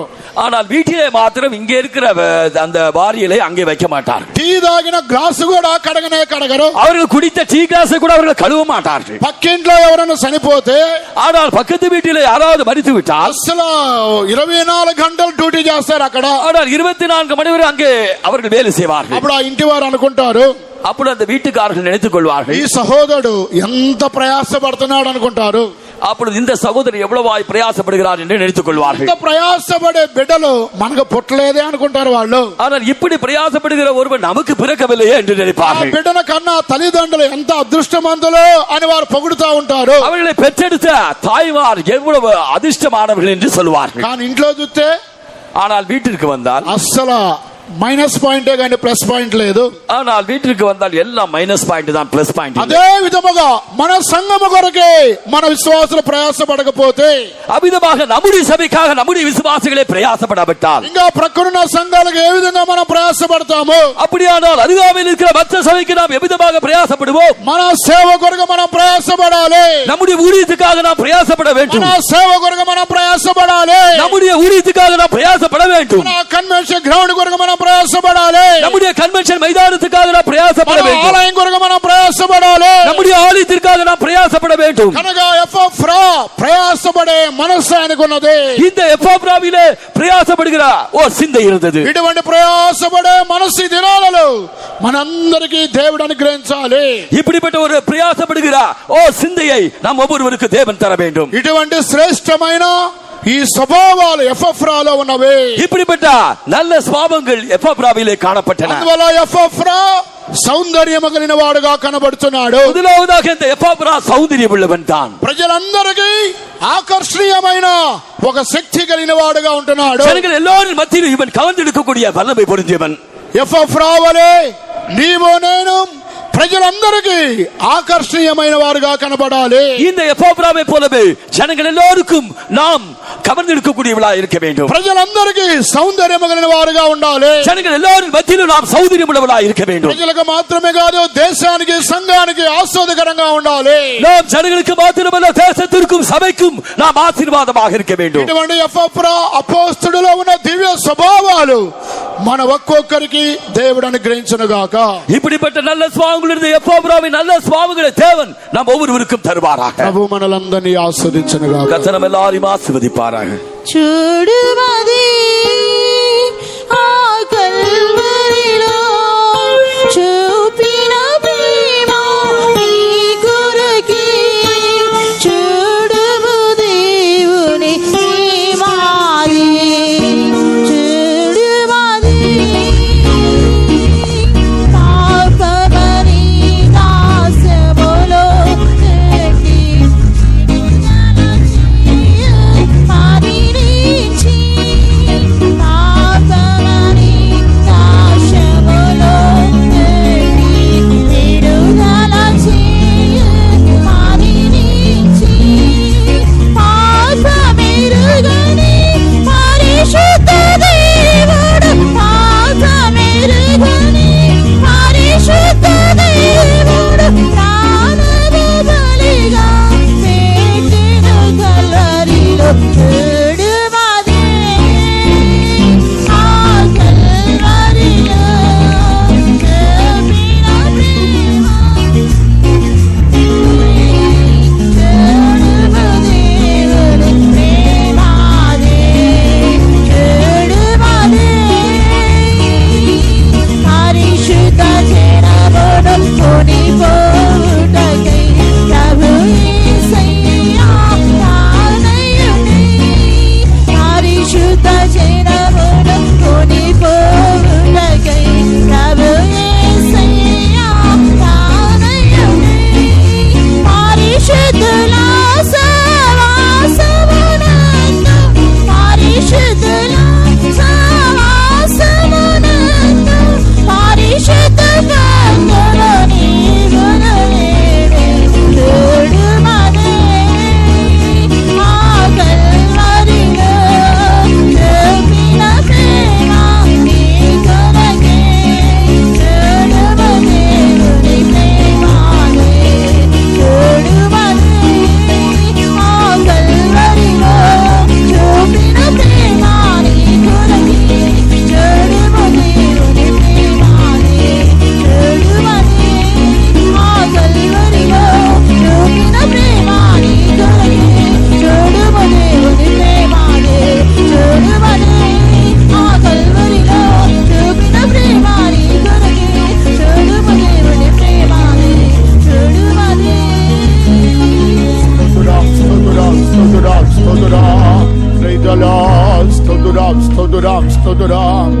దయచేసి అందరూ మోకాళ్ళ మీద ఉందాం.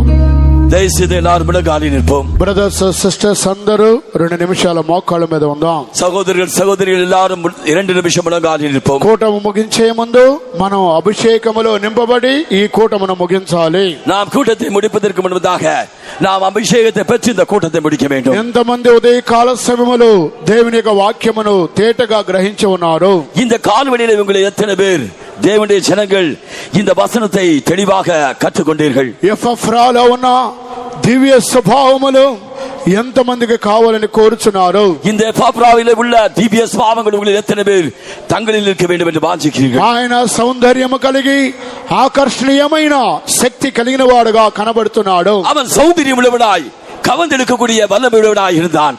ఎఫ్రా ఆత్మలో అంతరంగములో యూదుడుగా కనబడుతున్నాడు. இந்த எபோப்ரா உள்ளத்திலே யூதனானவன். ఆయన తన ప్రాణమును ఏ మాత్రమును ప్రియమైనదిగా ఎంచుకోవడం లేదు. அவன் தன்னுடைய ஜீவனை ஒருபோது அருமையாக எண்ணவில்லை. తన ప్రాణాన్ని లెక్క చేయడం లేదు. அவன் தன்னுடைய ஜீவனை எண்ணவில்லை. మనుషులందరినీ విచారించే ఒక మనస్సు ఆయనకు ఉన్నది. ஜனங்கள் எல்லாரும் விசாரிக்க தகுந்த வாஞ்சினவனாய் இருந்தான். ఆయన ద్వారా అనేకమైన స్వభావాలు ఇతరులు నేర్చుకుని ఉన్నారు. அவனிடத்திலிருந்து அநேக நல்ல சுபாவங்களை மற்றவர்கள் கற்றுக்கொண்டார்கள். 6వది అతడు నమ్మకమైన క్రీస్తు పరిచారకుడు. ஆறாவதாக அவன் உண்மையான கிறிஸ்துவின் ஊழியக்காரன். ఏడవది అతడు తన ప్రేమను దేవుని ప్రేమను ఇతరులకు ఆత్మ ద్వారా బయలుపరిచేవాడు. அவன் ஏழாவதாக தேவனுடைய அன்பை மற்றவர்களுக்கு கிரிகளின் மூலமாக தெரியப்படுத்தினான். ఎనిమిదవది ఆయన ప్రార్థనలో పోరాడేవాడు. எட்டாவதாக அவன் ஜெபத்திலே போராடுகிறவன். తొమ్మిదవది అధికముగా ప్రయాసపడేవాడు. ஒன்பதாவது அவன் எல்லாருக்காக பிரயாசப்பட்டவன். ఈ 9 స్వభావాల మీలో ఎంతమంది కావాలి? இந்த 9 స్వభావங்களும் நம்மில் எத்தனை பேருக்கு தேவை? ఎఫ్రావలైన మారాలని మీలో ఎంతమంది కోరుచున్నారు? ఎఫ్రాయిమే పోలే நான் மாற வேண்டும் என்று உங்களை எத்தனை பேர் வாஞ்சிக்கிறீர்கள்? అటువంటి వారికి కృపను అనుగ్రహింపబోచున్నారు. அப்படிப்பட்டவர்களுக்காக கர்த்தர் கிருபையை தரப்போகிறார். అటువంటి వారు ఒక అభిషేకాన్ని దేవుడు కుమ్మరింపబోచున్నాడు. அப்படிப்பட்டவர்கள் மேல் ஒரு అభిషేకத்தை கர்த்தர் ஊற்ற போகிறார். ఎఫ్రా వల దేవుడు మనల్ని మార్చబోచున్నాడు. ఎఫ్రాయిములాగా தேவன் நம்மை மாற்ற போகிறார். మనము మన ఆత్మ ద్వారా ఇతరులకి దేవుని ప్రేమను బయలుపరచాలి. நம்மிடத்தில் ஆவியின் மூலமாக நாம் தேவனுடைய காரியத்தை நாம் வெளிப்படுத்த வேண்டும். ఒక గొప్ప అభిషేకమును ప్రభు మన పైన కుమ్మరింపబోచున్నాడు. ஒரு பெரிய அபிஷேகத்தை தேவன் உங்கள் மேல் ஊற்ற போகிறார். అందరూ దేవుని ప్రేమకు సమర్పించుకోండి. எல்லாரும் தேவனுடைய அன்புக்கு இடம் கொடுங்கள். దయచేసి ఎవరు మౌనంగా ఉండవద్దు. దయచేసి யாரும் మౌనமா இருக்க வேண்டாம். యవనస్తులు, వృద్ధులు, చిన్న బిడ్డలు అందరూ అభిషేకంలో నింపబడండి. சிறுவர்கள், வாலிபர்கள், வயோதிகர்கள் நீங்கள் தேவனுடைய அன்பிற்கு இடம் கொடுங்கள். ముందు లైన్ లో ఉన్న యవనస్తులు కూడా ఎవరు మౌనంగా ఉండవద్దు. வாலிபர்கள் யாரும் மௌனமா இருக்க வேண்டாம். దయచేసి ఎవరు మౌనంగా ఉండవద్దు. దయచేసి யாரும் மௌனமா இருக்க வேண்டாம். సరైన అభిషేకాన్ని సమర్పించుకోండి. எல்லாரும் அபிஷேகத்துக்கு உங்களை ஒப்புக் கொடுங்கள். ఎఫ్రావల ప్రభు మనల్ని మార్చబోచున్నాడు. ఎఫ్రాయిమే పోల தேவன் நம்மை மாற்ற போகிறார். Hallelujah, hallelujah, hallelujah, hallelujah, hallelujah, hallelujah. Praise the lord. స్తోత్రం, స్తోత్రం, స్తోత్రం, స్తోత్రం, స్తోత్రమయ్యా. Hallelujah, hallelujah.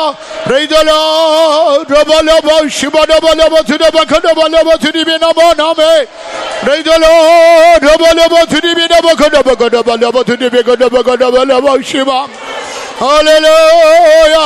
Praise the lord. రబలబ తుదబకడబకడబలబ తుదబకడబకడబలబ శిబ. Praise the lord. పరిశుద్ధాత్ముడా మహిమతో దిగిరమ్ము. పరిశుద్ధాత్మ దేవుడా బురవలరమ్ము. పరిశుద్ధాత్ముడా మహిమతో దిగిరమ్ము. పరిశుద్ధాత్మ దేవుడా బురవలరమ్ము.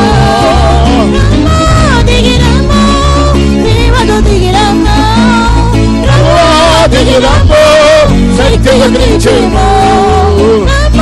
దిగిరమ్ము, ప్రేమతో దిగిరమ్ము. దిగిరమ్ము, శక్తిగా క్రీచేము. పరిశుద్ధాత్ముడా అందరూ అభిషేకంగా నింపబడండి. పరిశుద్ధాత్మ దేవుడా పావులవలరమ్ము. పరిశుద్ధాత్ముడా ప్రేమ దిగిరమ్ము. పరిశుద్ధాత్మ దేవుడా పావులవలరమ్ము. పరిశుద్ధాత్ముడా ప్రేమ దిగిరమ్ము. పరిశుద్ధాత్మ దేవుడా పరిశుద్ధాత్మ దేవుడా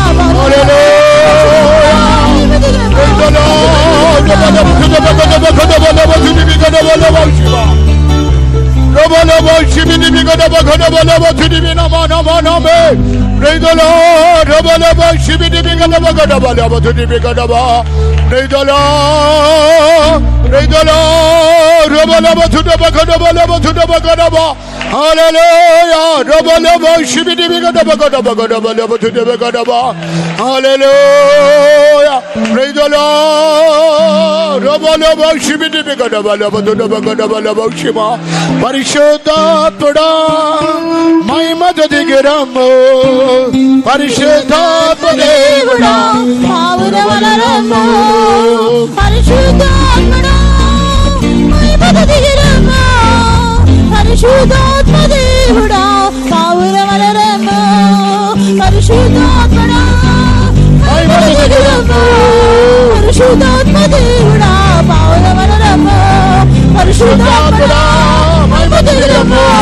పరిశుద్ధాత్మ దేవుడా పావులవలరమ్ము. పరిశుద్ధాత్ముడా మహిమతో దిగిరమ్ము. పావులవలరమ్ము. పరిశుద్ధాత్ముడా మహిమతో దిగిరమ్ము. పరిశుద్ధాత్మ దేవుడా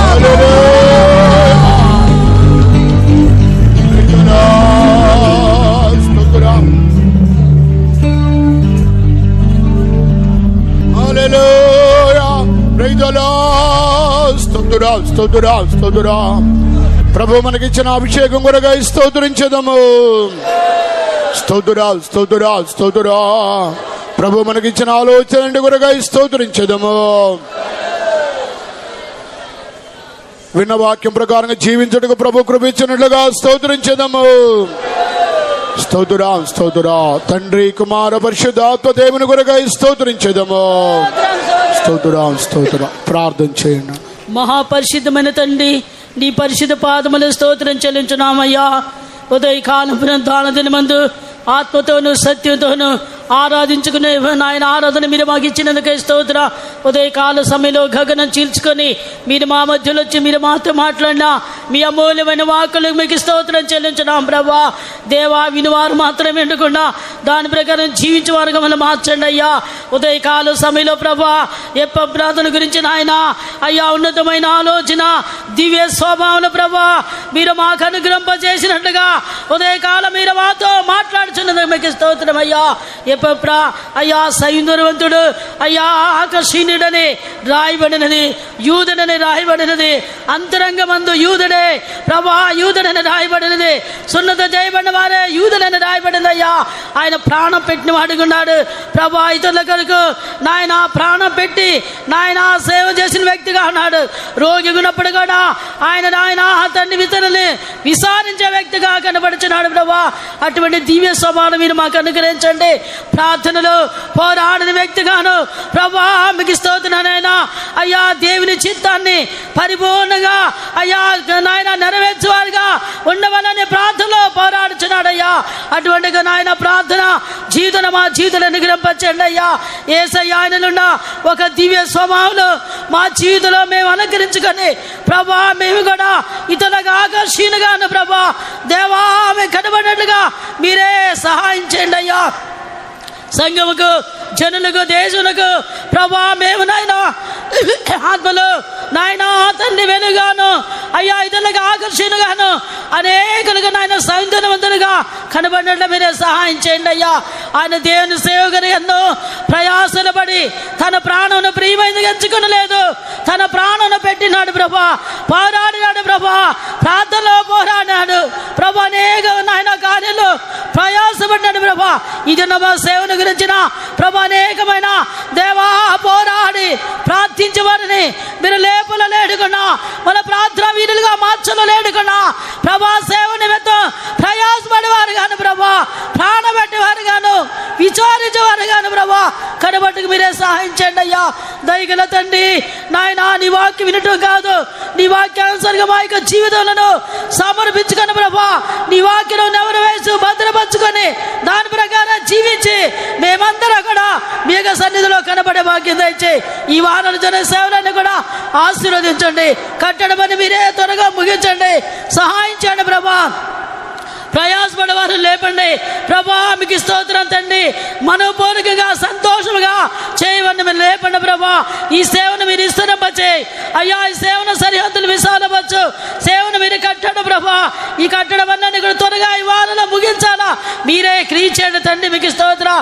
మా యొక్క సేవకుల కూటాన్ని మీరు ఆశీర్వాదకరంగా జయకరంగా మార్చండి. పరిశుద్ధుల ప్రాణుల తోడుకొనండి. విశేషంగా ప్రభా యేసయ్య నడిపించే వారికి ఉన్నతమైన ఆలోచన కృపనిచ్చి ఆరోగ్యం ఇచ్చి నడిపించండి. ఉదయకాల సమయంలో నాయన వాక్యానికి మమ్మల్ని అందరినీ కూడా అప్పగించుకున్నా తీసుకొచ్చి బిడ్డలందరూ కూడా దీవించి వారి ప్రేరణ తోడుకుండా ఆశీర్వదించి నీ మహిమల నాడు మమ్మల్ని అందరూ కూడా సిద్ధపరచమని యేసయ్య నామములో వేడుకుంటున్నాం తండ్రి. ఆమేన్. స్తోత్రించుదము. స్తోత్రాలు స్తోత్రాలు స్తోత్రం. మన ప్రభు అయినటువంటి యేసుక్రీస్తు కృపయు తండ్రి అయిన దేవుని యొక్క ప్రేమయు పరిశుద్ధాత్మక సహవాసము ఇప్పుడు ఎల్లప్పుడు ప్రభు రాకడ వరకు మనందరికీ తోడైనను గాక. ఆమేన్. హల్లెలూయా హల్లెలూయా హల్లెలూయా. అందరికీ స్తోత్రం. ప్రార్థన అవసరమైన వారు ముందుకు రండి.